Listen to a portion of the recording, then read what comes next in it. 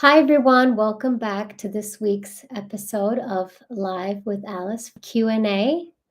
Thanks for joining today. I'm just going to do a quick mic check. Does everybody hear me okay? All right, so I'll just get started. If there's any issues with the mic, let me know. So today we're going to talk about life transitions. Now, how many of you have been through major life transitions without knowing it? And all right, so I'll just get right to it. So, life transitions are funny. Sometimes we know we're going through life transitions, sometimes we do not. And one thing to keep in mind when it's a life transition is it's extremely scary. So, a life transition is a personal or professional transition.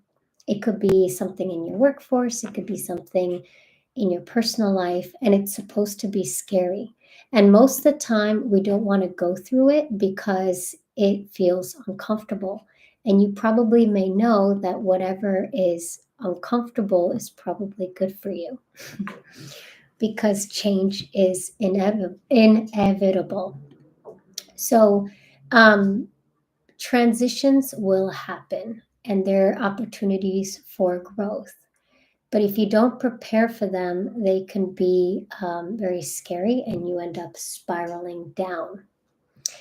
The key strategies to approach life transition is to acknowledge that you will have a change. So think about it as I'm about to get a change and it's inevitable. And I need to be able to be prepared that change is coming and that I will want to quit or not want to do it. And what's interesting is that um, it doesn't always look like what you think it is. So for example, my brother and I were saying today how he had an opportunity in math class to advance his math levels, and one of his Polish friends was saying, no, don't do it, man. And my brother actually told the teacher, no, I'm not going to go to a better math class. Well, guess what, that teacher actually oh, hi, Lyman. Hi, Lyman. I think you're new here. I'm Alice, and welcome to Get By Make It with Alice. We cover personal and professional development topics and, of course, how to improve your life. So, thanks for joining. I'm sharing the story about my brother's experience in fifth grade math, where the teacher asked him to advance to another math class, and basically, one of his friends, a Polish kid, said, no, don't do it. The teacher, anyway, ended up advancing him into a math class, and my brother ended up getting a scholarship. And today he's an engineer. So, life transitions can be those opportunities that you don't expect. And how could you prepare for them if you don't expect them? So, if you've been through a multiple life transitions, you know that it's good to be prepared. And as a matter of fact, you will identify when it's an opportunity um, for a transition. And what that opportunity looks like is you're thinking about something. Let's say you want to buy an apartment by the sea, or you want that job at Google, and you end up basically thinking like, okay, I want to get an apartment by the sea, but I don't know how, I don't have the money. And you keep thinking about it, and then all of a sudden what happens is you meet somebody who flips apartments by the sea, and then you end up doing a project with them, and you end up generating another stream of income, and all of a sudden you have enough money to buy an apartment. But that transition from renting to buying an apartment is scary because you haven't done it. You might be afraid to buy the apartment or take them on a mortgage or flip it or whatever. So it's really important to just know that this is an area that you will grow, and whether or not the effects will be positive, it doesn't matter because it's meant for you. Same thing like a marriage. My brother, he recently got married, and he was also contemplating like, do I marry this woman? And it's a transition to go into a marriage, and of course you might be afraid because half of the people are getting divorced, but what about the half of the people that aren't? And are you looking at your glass half full or half empty? So it's really important that when you approach a transition, to know it's going to hurt and to also know that the universe or God is going to take care of me. You have to have that unwavering resilience and support and knowing that you're going to be okay. Um, Lyman, you wrote, I'm a video editor and I'm able to edit your long videos. All right, let's talk about it after the live stream, but I'm happy to review your stuff. So thank you. Another transition, preparing for a transition is also you're moving. So let's say you move and you, of course, prepare boxes and you pack up everything.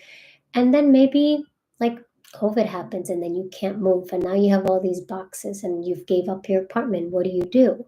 So the easy thing is you're actually prepared for a move. You could put your boxes in storage and then find a short-term lease apartment. It's not the way that you plan because you plan to go overseas and now you have all these boxes and everything is ready.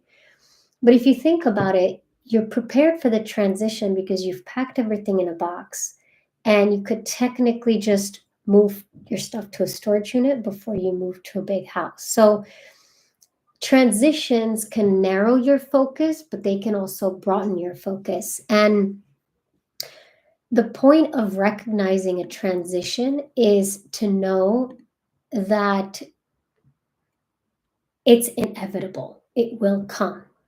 The worst thing you could do is if you resist it, because in that resistance, you will have a lot more pain than if you say, okay, this is where I'm at and I have to figure it out. So, hello there, full moon. Yay, full moon. Absolutely. So, the transitions are just powerful opportunities to grow and to persevere. And I think it's really important to have that perspective. What transitions also do in your life is that they normalize feelings of uncertainty, fear, or sadness. So, of course, you're going through a transition and you're uncertain, you're afraid, you may be sad. But what ends up happening, hey there, a bit late. No, it's okay, Edward. Thanks for coming on. Third week in a row. Yay. We're talking about life transitions and how it helps you normalize and stabilize your mood and emotions. And, there's every day we are afraid of something. And it could be something that's coming, maybe a conversation with your boss you don't want to have, or it could be something that's unexpected. And when you go through the transition, you normalize or stabilize your emotions and your reactions. So instead of being very erratic or bipolar in your reactions, you end up minimizing the stress, normalizing the emotions around it, and saying, you know what, I can now think critically. One of the issues I hear is that, oh, my partner can't think critically, and it or I'm having a tough time thinking critically. Well, it's because the emotions are getting in the way of things. And when you have your emotions, you can't think of a plan, and then it's very stressful that when you're actually going through the transition and you can't think critically, you end up getting hurt. So I think it's really scary to go through that. The other thing too is that like transitions give you an opportunity to adapt a growth mindset. So you could view them as opportunities to develop personally, but also to develop new skills. Let's say that you have to negotiate your salary and you know that you can either get a pay increase or not, and you don't want to talk to your boss. But the worst thing that can happen is that your boss is going to say no. You're not going to get fired for trying to ask for more money. But what that experience of asking for more money for your salary is that your boss tells you, okay, I can do that. And now you've learned how to negotiate. Like I remember, hi Aditya. Oh, hi Adi. How are you? I think uncertainty is the best thing to have. You see this? Yes. Yes and no, because when you have uncertainty, you can be in a constant state of fear. But when you also have uncertainty for prolonged periods of time and you make it, you build this resilience. You know, unlike Europe and United States, the rest of the world, you might not have certainty like where to get your food, or when you will get your food. Let's say you're a farmer, Adi, and your crop is bad. You have to think about like, how do I make money, pay bills, or feed my family? And that's like a real fear. That's not a perceived fear. That's if you have a bad crop, you can't farm, you can't get the surplus. And, you know, and that could last for a few months. And then you're susceptible to weather changes and it becomes like a real uncertain period versus, in Western countries, if like you're a farmer, you could always go to the grocery store or, go to the food bank or go to the homeless shelter and they'll feed you, or people are donating food all the time in cans. And so the level of uncertainty doesn't have to be in such a long periods of time, like as if you're farming for the season. And what I was saying before is that you view transitions as opportunities for personal development and to test your values and to test your resilience, and then you embrace the unknown as a chance to discover new possibilities. So when I was moving to Switzerland, I realized that I really couldn't afford my living in Zurich, and I already had a one-way ticket to Europe from the United States, and I said, oh my god, where am I going to live?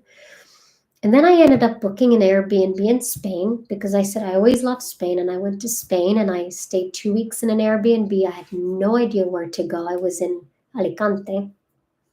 And then I realized my friend told me, we have a mutual yoga instructor and she's from Valencia. I looked up on the map. I ended up in Valencia. It was complete moment of serendipity, uncertainty. I end up in Valencia. I live in Valencia. Um, yes, true. But what happened? What do you mean, what happened? Explain. So I'm going to go ahead and continue. So, having a growth mindset helps you also regulate your emotions in times of uncertainty and it just grounds you. Um, the other thing, too, is going through life transitions is just a checkpoint to yourself and say, am I going on the right path? Or am I doing things that matter? Are my decisions aligned with my values and goals and purpose? Because how many times do you know people out there just do things for the sake of doing it? And then they end up like losing focus and purpose. So if you constantly go through transitions, you see a pattern of maybe you go on transitions because you want to go on journeys, you want to take adventures. Maybe you go through a couple of relationships because you're not sure what you're looking for in a partner. Maybe you get married and have children, um, and that gives you a sense of like purpose and stability. And you were maybe afraid of that transition, or maybe you got that transition and it turned out to be something completely than what you've expected. So sometimes when we approach transitions, our brain goes into the negativity, the fear mode, and says the glass is half full, meaning like all the things that can go wrong. But what if we trained our mind and said all the things that can go right? And how would that experience of life differ? Um, Transitions, the way to approach them is to break them down. So, what are the steps? So, in the Valencia example, the first step is get an Airbnb in Valencia. The next step, plug into a community. The next step, make friends. The next step, understand which neighborhood I want to live in. Walk in that neighborhood. Talk to people who are realtors in that neighborhood. Secure an apartment. Even though it was only 6 months, I got a perfect apartment. And then I ended up saying, like, okay, I just need to be in this neighborhood to feel at home. And then I transitioned into being home. So breaking the transitions into manageable steps, you avoid being overwhelmed by creating small actionable steps. You focus on progress rather than perfection. And that's why it's important. And like I explained, moving to Valencia, which was a huge transition, I built these connections with friends and mentors and community members of, let's say, of Hemingway Literary Club. I'm a member of a writing club, and we have similar experiences as expats, as writers. And then, of course, by sharing those experiences, you can end up having the insights and the um, shared experiences that help you find new opportunities. So it's incredibly important to go through transitions because it also tests your it challenges your mindset and your perception, because when we are in tunnel vision or in our community, we just and we do we don't go through too many transitions. Like, we're stuck in a phase of life, and not that it's bad, but we become narrow minded, and sometimes we become prejudiced, we become violent, we become isolated because we haven't gone through transitions. But when you go through a series of transitions, whether you're going across the border, going to different countries, or life stages, or any other, let's say, promotional opportunities at work, you realize you grow as a person, and that becomes part of your habit and your personality. Um, Hi, how are you doing? Please be honest. Absolutely. So, honestly, transitions are scary, but they're also rewarding, because you end up growing as an individual. Um, Now, the most important thing I found in transitions was it allowed me to be more humble and empathetic, because I understood I had a certain experience with pain. And it also allowed me to be patient, because transitions may be fast or they may take time. And the thing is, having the humility to understand is something that you generate from within, and it's something you can't learn in school. You could only learn it by going through the transition. And in a way, we always seek balance in our minds and our bodies. And I think transitions allow us to be balanced, especially our ego. um, so I think that's been like a really big experience with transitions. And then the other piece is focusing on self-care. So in the transition, you have an opportunity to prioritize physical, emotional, and mental well-being. And you can incorporate practices like mindfulness, and you don't have to be erratic in your decision making. So you kind of just sit with the information as you go through the transition, and you continue to exercise and journal and seek support from your loved ones.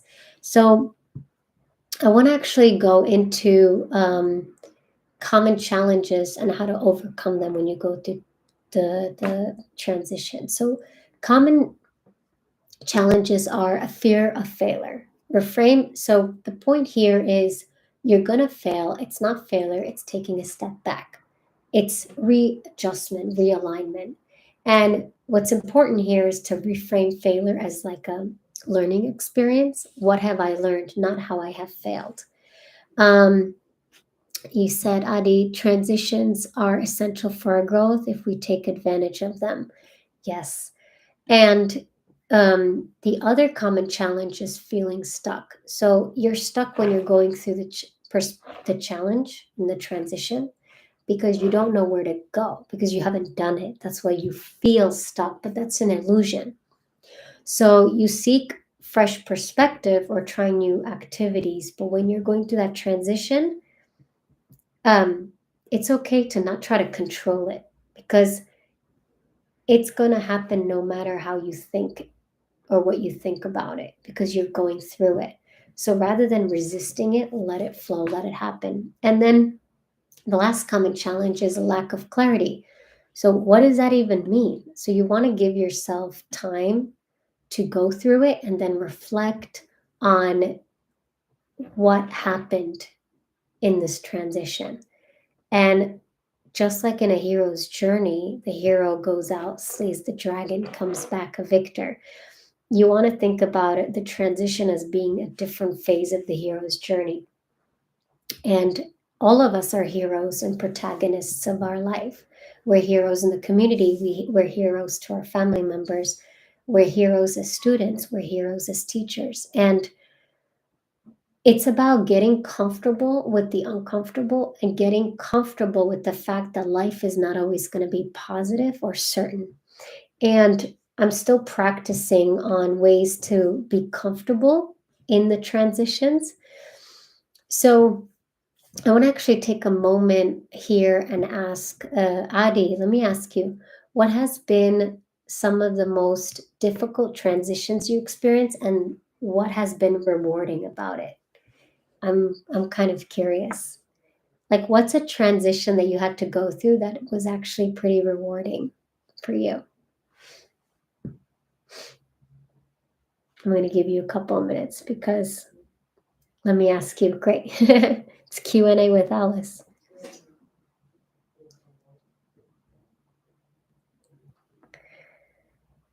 You're saying something, but body language is saying something else. My nose is itchy. Okay, I guess I'll answer my question. What has been the most challenging transition? Well, I think one of the biggest transitions was coming to America as a 7-year-old girl and being in New York City, learning a new language. And I wasn't as aware of the big transition. I thought I was going on vacation. And then we ended up staying in New York City.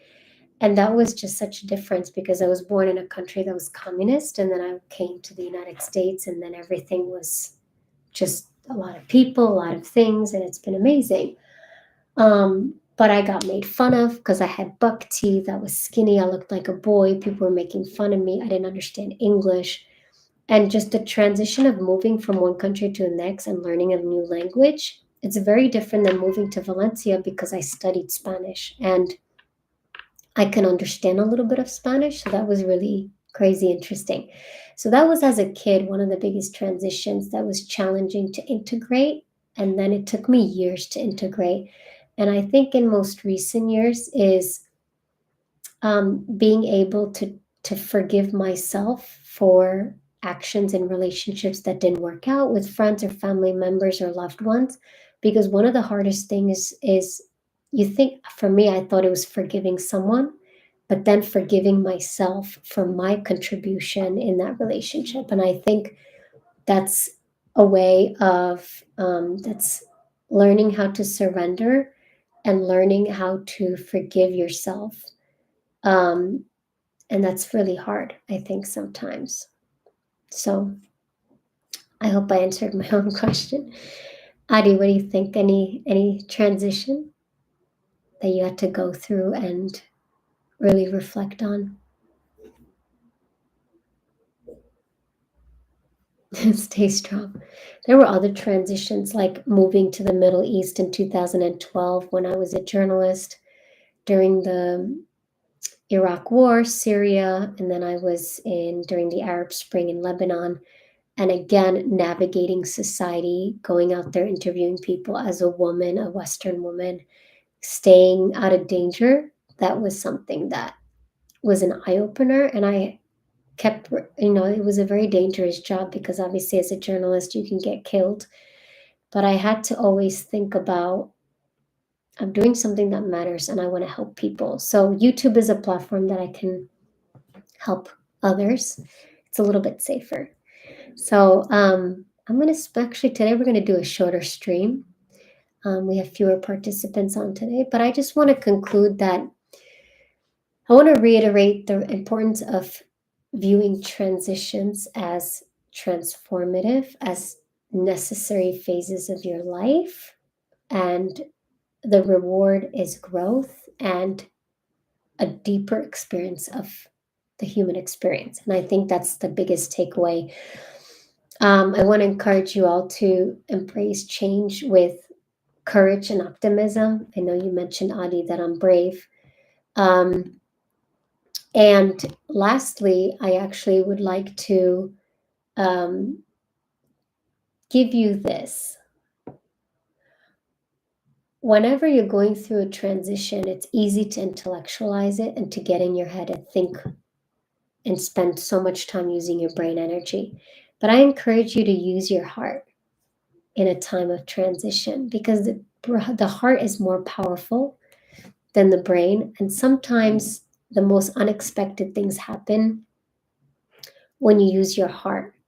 Um, I think a lot of the times I got out of dangerous situations in the Middle East when I was able to stand up for someone and stand up for like what's right. And I used my heart. I didn't use aggression. I didn't use my brain. I just connected with people with my heart, even though I didn't speak Arabic.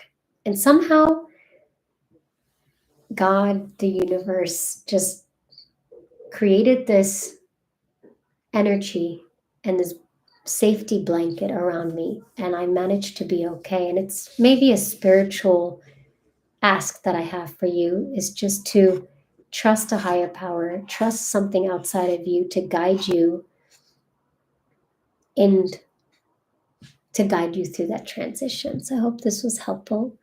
Heidi, I'm freaking lucky, but I'm just a burning life. So the best transition is in the progress. I'm just interested. Please keep it up. There's a good point of view. That's a good point of view. So be kind, learn, take criticism with a light of salt or a grain of salt. Criticism is an opportunity to grow. It's an opportunity um, to align with who you are, and to check in with yourself. I think that when people were making fun of me in New York, it felt like shit. These kids, they're so mean. And then I would come home really sad, and I wanted my family, and I wanted to go back to Europe, but that was not an option because I had moved to America.